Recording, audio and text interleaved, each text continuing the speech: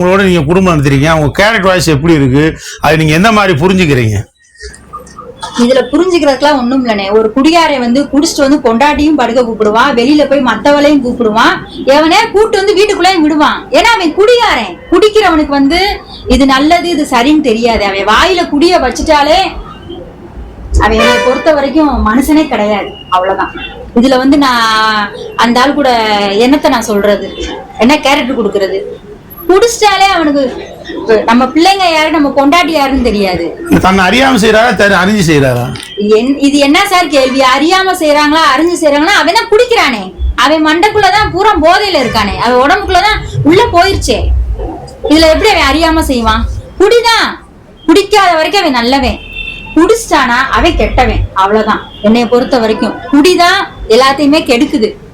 மது ஒண்ணுதான் எல்லாத்தையுமே நாசம் பண்ணுது. என்னமால் இன்னும் எவ்வளவோ பொம்பளைங்க இன்னும் ஆவேசமா ஆத்திரமா இருக்காங்க. நானா இவ்வளவு அமைதியா பேசிட்டு இருக்கேன்? அமைதியா கூட நான் பேசல. சில பேர்லாம் இவெல்லாம் ஏண்டா இருக்க அவனை கொன்றுவோமான்னு கூட நினைப்பாங்க. சத்தியமா என்னால நினைச்சா அவனை கொல்ல முடியும், எதனாலும் கலந்து கொல்ல முடியும். வேணாம், என் பிள்ளைங்களுக்கு அப்பா வேணுமேன்ற ஒரே காரணத்துக்காண்டி இந்த படியை தாண்டாம நான் வீட்டுக்குள்ள இருக்கேன். அவ்வளவுதான்.